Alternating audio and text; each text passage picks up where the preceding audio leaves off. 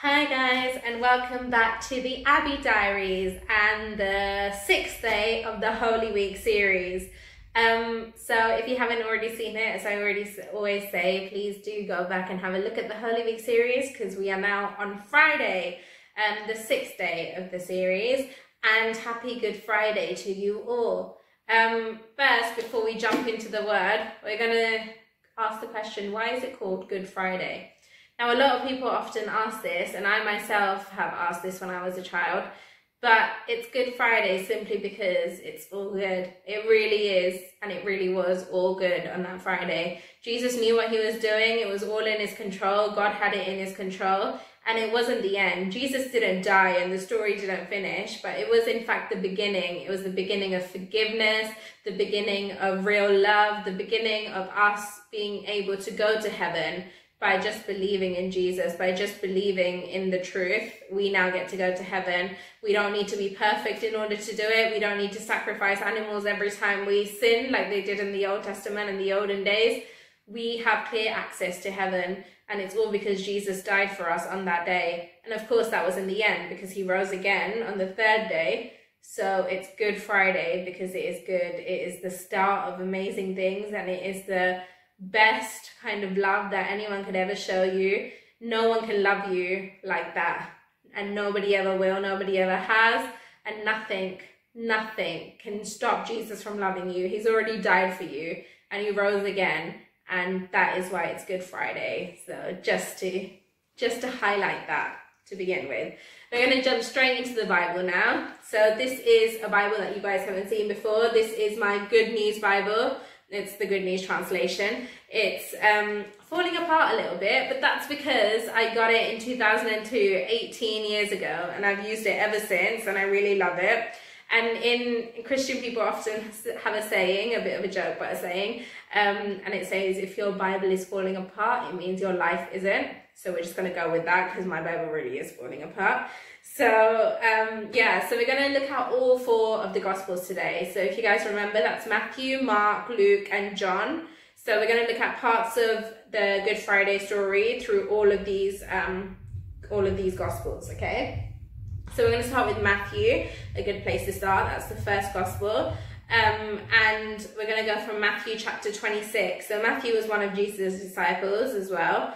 And we're gonna go from chapter 26. And yesterday, if you remember, we left off with Jesus praying for us, and him praying for his disciples, and him talking to God, and his disciples were nearby as well.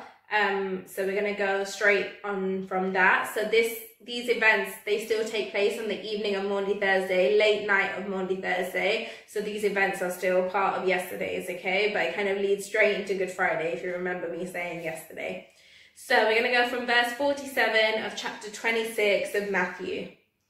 Jesus was still speaking when Judas, one of the 12 disciples, arrived. So remember, the traitor, the one who's going to betray him for practically nothing. For just a bit of money, he's going to give up one of his best friends to be killed.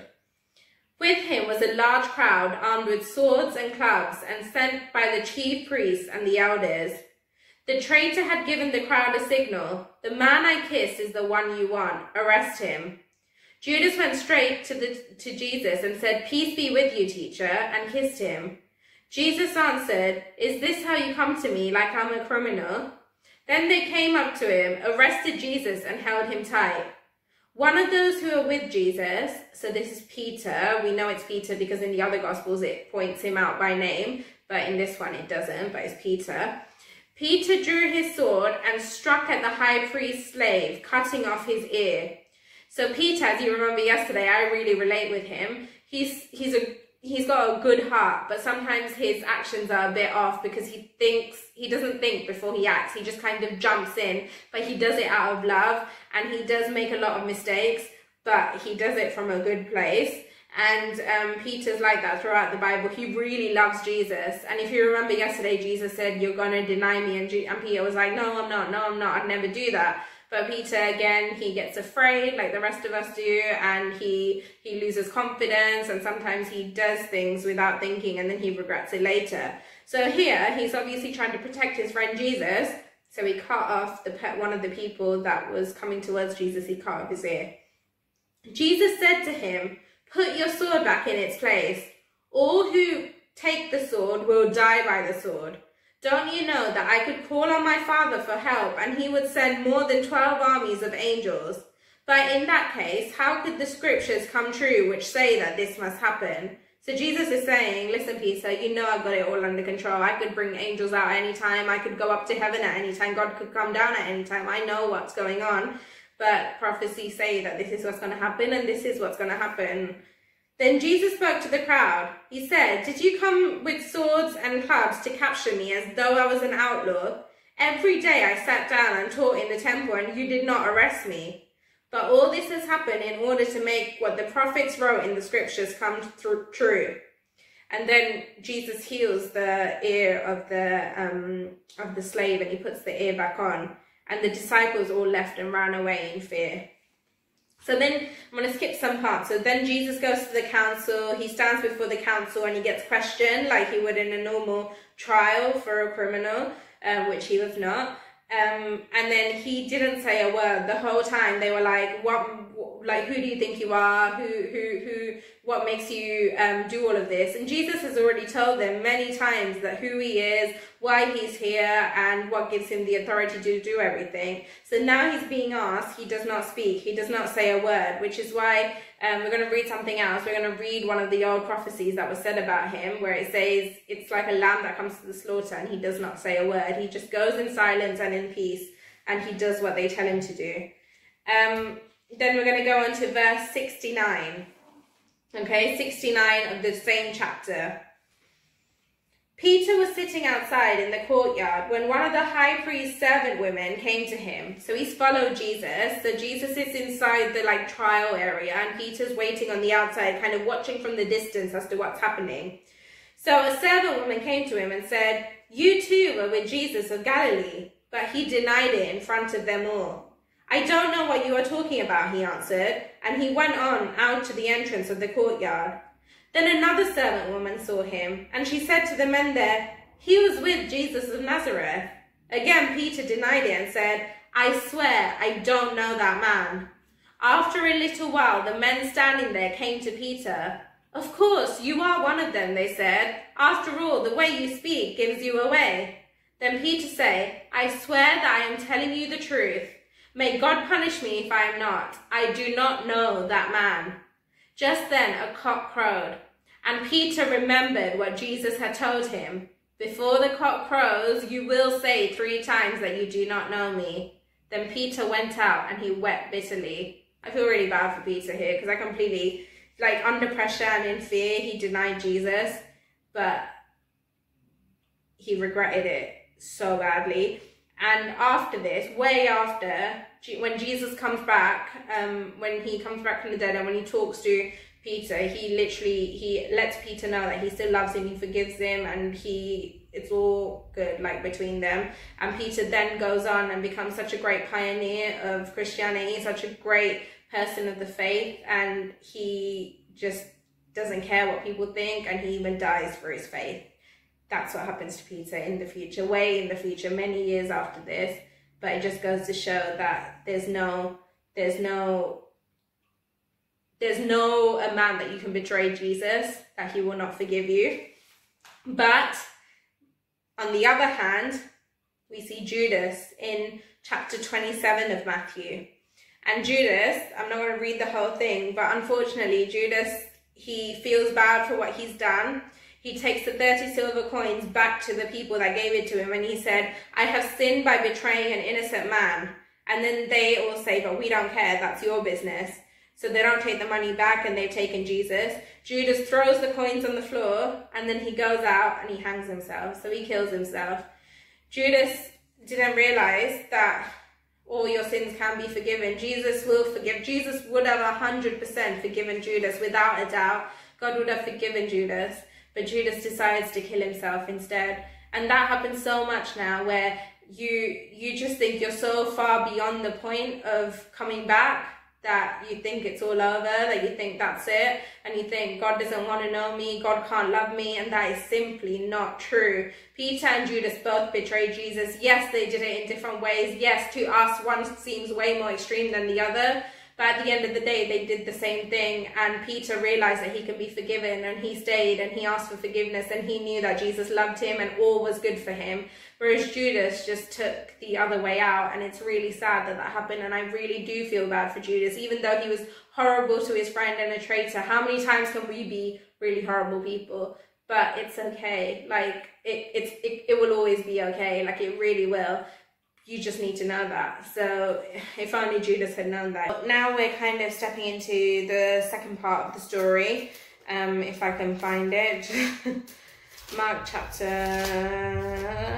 15. I had everything ready, I swear. And then, okay, so Mark is the second gospel, and we're going to go into, so this is Jesus actually being taken to be crucified, but before that, we're going to read from chapter 15. So we're going to go from verse 1. Early in the morning, the chief priests met hurriedly with their elders and the teachers of the law and the whole council, and they made their plans. They put Jesus in chains, led him away, and handed him over to Pilate. Pilate being the main kind of emperor, kind of big shot, big guy there, okay? Pilate questioned him, "Are you the king of the Jews?" Jesus answered, "So you say." The chief priests were accusing Jesus of many things, so Pilate questioned him again. "Aren't you going to answer me? Listen to all the accusations and answer them." But again, Jesus refused to say a word, and Pilate was amazed. So Pilate, we later see that Pilate washes his hands of Jesus. Pilate's wife has a dream, and that's again highlighted in the Gospels. Pilate's wife has a dream that Jesus is innocent and Jesus is who he says he is. But Pilate's like, no. And Pilate thinks that if he just washes his hands of Jesus, if he says it's not my business, if he just leaves it, that the guilt's not his. But that's not true. Sometimes we don't do the wrong things, but we don't do the right things. And by not doing the right things, we are still doing the wrong thing, right? If you see someone being like picked on or something, and you walk past them and you don't help them, you're just as in the wrong. You're still doing the bad thing. The guilt, you should still feel guilty about that, you know? So Pilate probably did feel guilty afterwards, but he thinks the guilt isn't his if he washes his hands of him. At every Passover festival, we're just carrying on, so we're at verse 6 now, Pilate was in the habit of setting free any one prisoner the people asked for. At this time, a man named Barabbas was in the prison because he was a murderer. When the crowd gathered and began to ask Pilate for the usual favor, he said to them, "Who do you want me to set free?" He knew very well that the chief priests had handed Jesus over to him because they were jealous. But the chief priests stirred up the crowd to ask instead for Pilate to set Barabbas free for them. So these people would rather set a murderer free than set someone who has done no wrong to them free. And this is another example. The Bible is full of symbolisms and metaphors and things like that. And this is just another example of what Jesus did for us. Jesus took the place of this murderer. This murderer should have been the one to die because he was the actual sinner. Jesus took his place and he died for the sinner, and the sinner was set free. Imagine Barabbas' life after that. Hopefully he did turn around and he did go, wow, like this man is innocent and he's dying. Maybe I'm getting a second chance at life, let me be a better person. We don't know what happened to Barabbas. That's the only time we hear from him, but one should hope. But this is like Jesus and what he did for us. We're all sinners. Yes, we may not be murderers or anything, but we're not perfect people. And Jesus, the perfect person, he still took our place and he still died for us, and he died in our place, and we were able to be set free and have a new and better life. So Pilate spoke again to the crowd and said, "What then do you want me to do with the one you call the King of Jews, the Jesus?" They shouted back, "Crucify him." Pilate said, "But what crime has he committed?" Because Pilate knew that he was only handed over because everyone was jealous of him, the leaders of of religion. They shouted all the louder, "Crucify him." Pilate wanted to please the crowd, so he set Barabbas free for them. He handed Jesus to be whipped and crucified. Sometimes, like Pilate as well, we too can just follow the crowd. We may know who Jesus is, or we may know what the right thing to do is, but we just follow the crowd and we want to be people pleasers like Pilate was. But that will just end in not a good way. So then it carries on, and people and the soldiers mock Jesus, and they spit at him, and they make him look unrecognizable. That's what the Bible says. They literally beat him up so hard that you couldn't even recognize him. They give him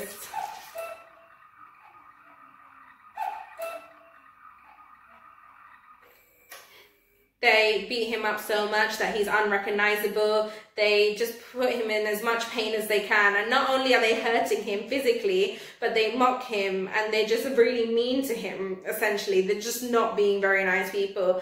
And this is bad enough for any innocent person, for anyone who doesn't deserve to die. To be fair, in my opinion, this is bad enough for if the person was a murderer and they were being treated like this. Like, I still think it's a bit out of order, because they're going to crucify him. They're going to put nails in his hands and in his feet, and they're going to let him have a slow and long death. Now, this is bad for anyone, but everyone, all of us would agree, if there was an innocent person and this was happening to them after being falsely accused, this is an awful thing. But imagine Jesus, the Son of God, who has all the power and who is just perfect in every way and did no wrong, only was nice to people, was only kind to people, only helped people, gave sight back to people, gave hearing back to people, let the lame walk again. This amazing person, and he's being treated like this. This is just insane. And the fact is, he came to the world to save all of them, including the people who are murdering him, right? So jumping on to Luke now, Luke chapter 22. Now, we're obviously skipping a lot. We're skipping a lot here. So I'd urge you guys to look at the description, look at the kind of verses and chapters I put down, and check it out in your own Bible, or check it out on the YouVersion app that I always talk about, because it's well worth the read, okay? And I'm obviously summarizing it and skipping things because Good Friday is a huge day and it covers a lot. And Jesus says a lot of things on the cross, and he does a lot of things, but we're not going to cover all of that. I'm going to jump into Luke chapter 23 actually, and we're going to go from verse 32. 2 other men, both of them criminals, were also led out to be put to death with Jesus. When they came to the place called the Skull, or Golgotha in some cases, they crucified Jesus there. And the 2 criminals, one on his right and one on his left, right and left, Jesus said, "Forgive them, Father, for they do not know what they are doing." They divided his clothes among themselves by throwing a dice, and people stood there watching and jeering. The Jewish leaders said, "He saved himself. He saved others. Why can't he save himself?" The soldiers also mocked him. They came up to him and offered him cheap wine and said, "Save yourself if you are the king of the Jews." Above him they wrote, "This is the king of the Jews." One of the criminals hanged there hurled insults at him. "Aren't you the Messiah? Then save yourselves and save us." The other one, however, rebuked him and said, "Don't you fear God? You received the same sentence he did, but we deserve what we get because we have done wrong, but he has done no wrong." And he said to Jesus, "Jesus, remember me when you come as king." So Jesus said to him, "I promise that today you will be with me in paradise." So the people who were killing Jesus, who were murdering him, who were causing him pain, who were being mean to him, who were bullying him, who were mocking him, who were hurting him, Jesus said, "Forgive these people, Lord." Jesus forgave them. As they were doing these things, Jesus was like, "I forgive them and I still love them." It's amazing. And if only Judas knew, like I said before, like his amazing forgiveness. And then there were 2 criminals who were both being punished for truly what they had done. And one of them joined in with everyone else, and they were like, "Oh, Jesus, like you say you're King and Messiah, why not just help us?" And then the other one was like, "Have you no shame? Have you no fear? Like, we deserve what we're getting, but Jesus doesn't." And then he says to Jesus, "Jesus, remember me. When you go to heaven and when you reign as king, remember me." And Jesus says, "Not only will I remember you, but you will be there with me," because Jesus is forgiving. Like I said, nothing is too far for Jesus to forgive. This man accepted Jesus in the last minute of his life, and Jesus said, "You're going to be in heaven. Don't worry, you'll be there with me. No matter what you've done in your life, I forgive it, and you're going to be there with me because you believe that I am who I say I am." So we're going to go on to verse 44. We're carrying on.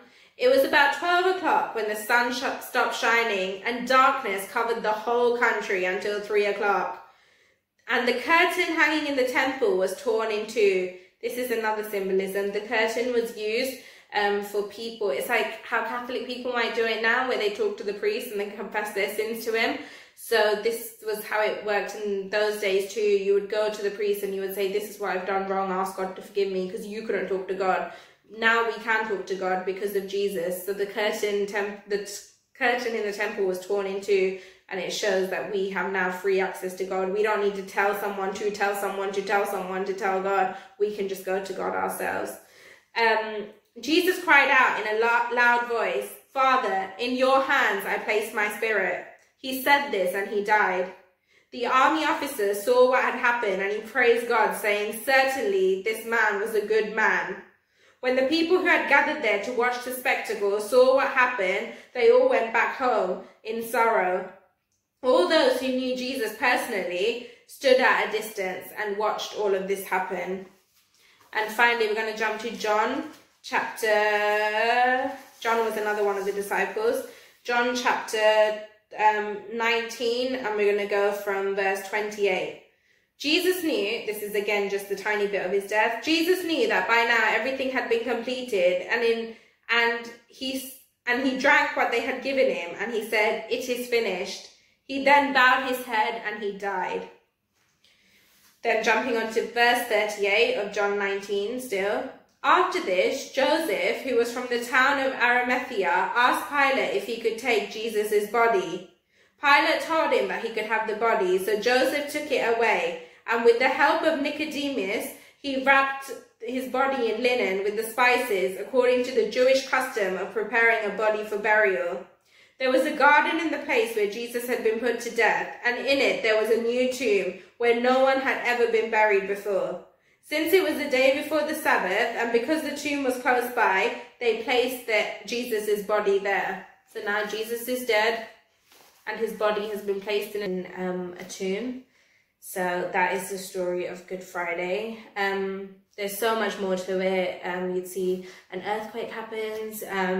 Jesus says lots of other things. He says 7 things on the cross, actually. And you'll see some other stuff happen. So if you really, I urge you guys to check out the description, find all the verses and the passages that I've read and the ones that I didn't, which will all be below. And I urge you guys to read it for yourself on either the YouVersion app or in your own Bibles. And come back here tomorrow and I'll see you guys there. Have a good Friday. And have a good weekend, guys. Have a safe one. And reflect on what I've shared with you guys, and reflect on what Good Friday means generally and especially to you personally. And I will see you all tomorrow. Thank you so much for watching.